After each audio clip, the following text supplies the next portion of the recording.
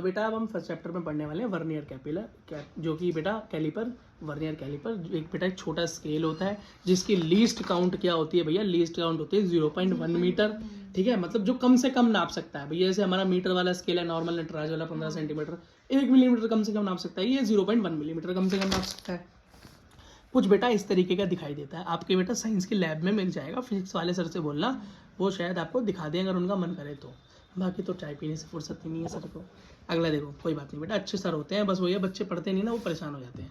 तो बेटा बीच में होता है मेन स्केल, क्या होता है, मेन स्केल। और बेटा नीचे वाले को हम बोलते हैं वर्नियर स्केल, वर्नियर कैपिलर। बेटा यहाँ भी छोटी छोटी यूनिट्स होती हैं, यहाँ भी छोटी छोटी यूनिट्स होती हैं। अब कैसे नापते हैं बेटा, जो भी चीज़ नापनी होती है इसके बीच में लगा देते हैं और इसको बेटा फिट कर देते हैं पास ले जाके, और हमें बेटा उसकी वैल्यू एग्जैक्ट पता चल जाती है। हम उसका कंपैरिजन कैसे करते हैं, वर्नियर स्केल पे और ऊपर वाले मेन स्केल से बेटा उसका हम क्या करते हैं, कंपैरिजन कर लेते हैं। ठीक है बेटा, ऐसे निकल कर आ जाती है। इसका लीस्ट काउंट मैंने तुमको, मेन स्केल तो अपना सेंटीमीटर वाला ही है, उसका लीस्ट काउंट 1 मिलीमीटर है, लेकिन बेटा वर्नियर कैपिलर की वजह से, हाँ बेटा वर्नियर कैपिलर क्या होता है 0.01 उसकी बेटा क्या होती है, हाँ लीस्ट काउंट होती है, लीस्ट काउंट।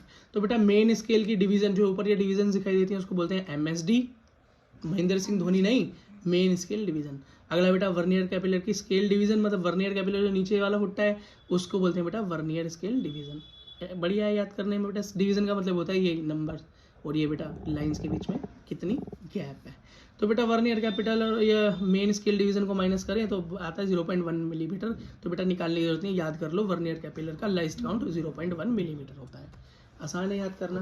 तो बेटा वर्नियर कैपिलर को और तरीके से देखो तो ऐसे देखते हो, ये ऊपर मेन फुट्टा, मेन स्केल और नीचे वर्नियर स्केल, ये रहा। अब बेटा कुछ भी नाप रहे हो, जैसे मान लो ये रॉड नाप रहा हूँ मैं, रॉड रख दी मैंने, तो मैं क्या करूँगा, इस अपने फुट्टे को यहाँ से सरका दूंगा, इतना सरका दिया मैंने, ये देखो मैंने इतना सरका दिया।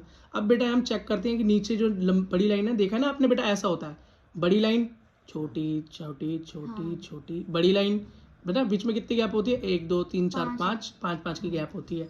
ठीक है, तो हम जब इसको खिसकाएंगे ना, इसको हम जब मूव करेंगे जो भी हम नाप रहे हैं उसके हिसाब से, तो बेटा कुछ चीज़ें तो बेटा ओवरलैप नहीं करेंगी, इधर उधर चली जाएंगी, लेकिन बेटा जहाँ पर ओवरलैप कर जाए, कोइंसिडेंट कर जाए, उसी को हम अपना मेन पॉइंट मान लेते हैं। और बेटा एक फॉर्मूला लगा देते हैं, क्या, किसी भी चीज़ की लेंथ नापनी हो, मान लो इस रॉड की लेंथ नापनी है तो सॉरी, मेन स्केल की reading least count of vernier multiply the coincide point.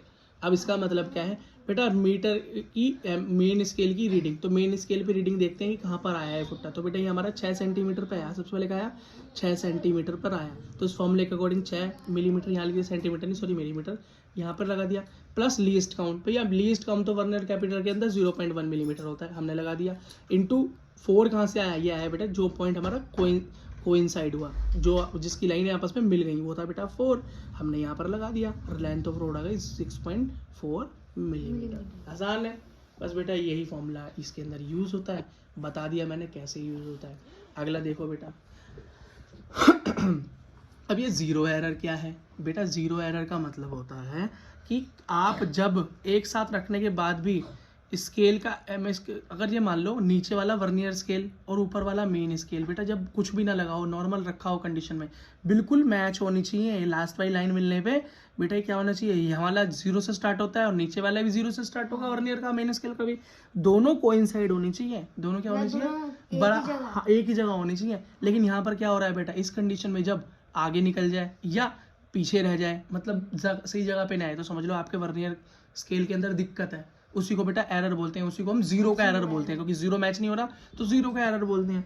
अगर अब जीरो के राइट हैंड में है, मतलब मेन स्केल के राइट हैंड में है ना वर्नियर स्केल का, जीरो राइट हैंड की तरफ मूव कर रहा है, तो बेटा इसको हम पॉजिटिव एरर बोलते हैं। अगर ये लेफ्ट हैंड की तरफ मूव कर जाता तो इसको हम negative error, negative zero error बोलते हैं। समझ, जीरो एरर समझना, जीरो क्यों बोलते हैं, जीरो की वजह से, है ना, बात समझ में आ गई।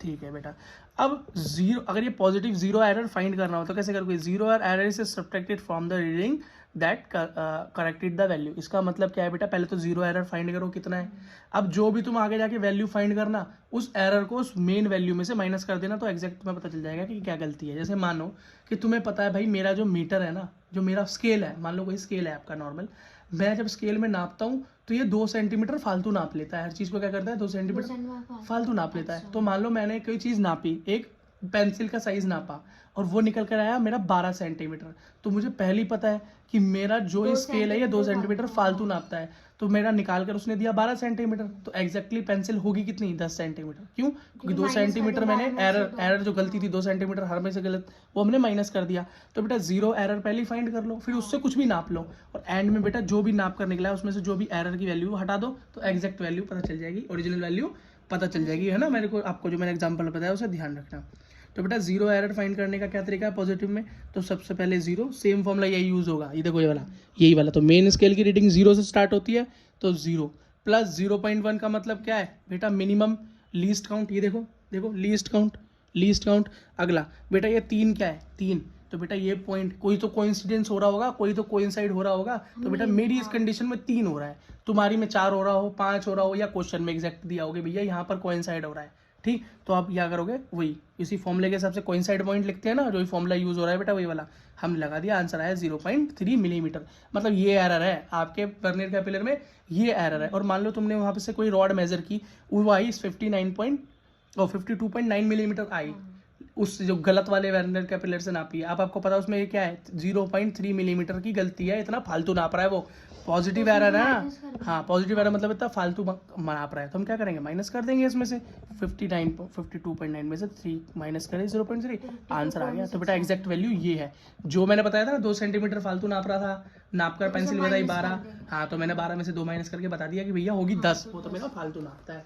अगला देखो, नेगेटिव एरर हो, तो भैया नेगेटिव एरर का मतलब क्या है, यहाँ जीरो से राइट में या जीरो से लेफ्ट में होगा, इसका मतलब उतना ही कम नाप रहा होगा, क्या कम नाप रहा होगा। मान लो हम ये मान सकते हैं कि भैया मेरा एक स्केल है, जो भी मैं नापता हूँ 2 सेंटीमीटर कम नापता है, क्या 2 सेंटीमीटर कम नापता है। अब मैंने उससे एक पेंसिल नापी, मान लो ये पेन नापा, और ये पेन नापा मेजर किया, तो पता चला ये इसकी वैल्यू आई वो 8 सेंटीमीटर, कितनी 8 सेंटीमीटर। तो मैं क्या करूंगा, उसमें भी प्लस कर दूंगा 2 सेंटीमीटर, तो मुझे पहले ही कम नापता है ये, तो 10 आएगा। हाँ तो बेटा इसके अंदर जब पॉजिटिव वाले में हम माइनस करके आंसर निकालते थे, नेगेटिव वाले में प्लस करके आंसर निकालेंगे। सेम यही चीज होगी, सिर्फ प्लस करके आंसर निकालेंगे, ठीक है बेटा। ये मैंने एग्जाम्पल दे रखा है, स्क्रीनशॉट लेके एक बार सॉल्व कर लेना। अब आप बोलोगे यहाँ पर तो जीरो था, तो यहाँ पर ये जीरो क्यों नहीं लिया, जीरो में से 10 माइनस क्यों लिया, क्योंकि बेटा यहाँ पर हम देख रहे हैं कि 10 तो टोटल काउंट था जहाँ पर ये वर्नियर आ रहा था, और 7 पे बेटा पॉइंट कोइंसिडेंट कर रहे थे, तो बेटा 10 में से 7 माइनस करके देख लिया। ऐसा क्यों किया, क्योंकि बेटा यहाँ पर रेफरेंस पॉइंट 0 था ही नहीं, यहाँ पे वैसे लेफ्ट में खिसक गया, यहाँ पे लेफ्ट में खिसक गया, तो इसलिए बेटा 10 माइनस से किया, बाकी सेम है। और एंड में क्या किया, प्लस हुआ, जैसे माइनस माइनस प्लस हुआ, माइनस का माइनस में आता है। इतना भी दिमाग ना लगाना हो तो खुद ही देख लेना, भैया पहले क्या नाप रहा है, कम नाप रहा है, पहले क्या नाप रहा है, तो कम नाप रहा है, तो हम प्लस करते हैं, एंड में प्लस करते हैं। अभी एग्जांपल पेंसिल वाला याद रखना जो मैंने भी किया था बेटा। अगली चीज है स्क्रू गेज, क्या स्क्रू गेज। स्क्रू गेज बेटा इस तरीके का हमारा स्केल होता है, ठीक है, ऐसा स्केल होता है हमारा, जिसके अंदर बेटा पीछे क्या होता है, एक तो स्केल है ये रहा, और जो भी चीज नापनी होती है उसे यहाँ बीच में लगा देता हूँ। अब क्या करता हूँ बेटा, इसमें ये घुमाने का होता है, क्या होता है, घुमाने का लेगा, उसको स्क्रू गेज ऐसे घुमाते हैं और ये पेज छोटा होता चला जाता है। ये भैया अलग है या फिर ये भी वही है? वो अलग है ना बेटा, वर्नियर कैपिलर अलग है, ये अलग है। ये उसमें घुमाने वाला सिस्टम तो था ही नहीं, उसमें तो खिसकाने वाला सिस्टम था, इसमें घुमाने वाला है। तो इसके अंदर बेटा जैसे जैसे मैं रोटेट करता हूँ वैसे वैसे क्या होता है, वो आगे आते चला जाता है, यहाँ पर वो चीज की एग्जैक्ट नाप पता चल जाता है। नाप कहाँ पता चलता है, ये रहा मेन स्केल, ये रहा मेन स्केल। और रोटेशन क्या होती है बेटा, रोटेशन होती है 1 से 10, वो 10 से 100, मतलब 100 की इसमें रोटेशन होती है। ऐसे घूमता है, ये घूमकर चेंज होता है, और ये स्केल आगे निकलता चला जाता है, या बड़ा होता है तो छोटा होता चला जाता है।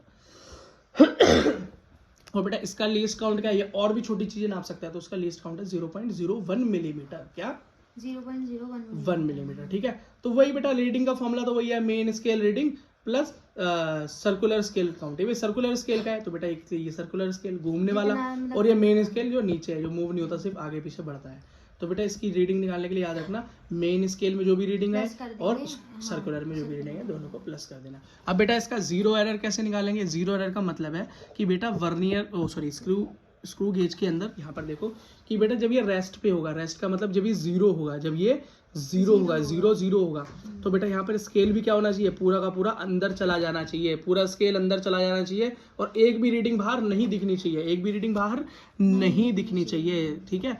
और जीरो का जीरो पे मैच होना चाहिए। लेकिन यहाँ पर क्या हो रहा है, यहाँ पर बेटा कुछ कुछ रीडिंग दिखाई दे रही है, इसका मतलब आपका स्केल में दिक्कत है, आपके स्केल में खराबी है। आपका स्केल क्या दिखा रहा है, जीरो से ऊपर की तरफ वैल्यू दे रहा है, जीरो से ऊपर की तरफ तो हो गया पॉजिटिव जीरो एरर, और जीरो से नीचे की तरफ हो जाए तो होता है नेगेटिव जीरो एरर, ठीक।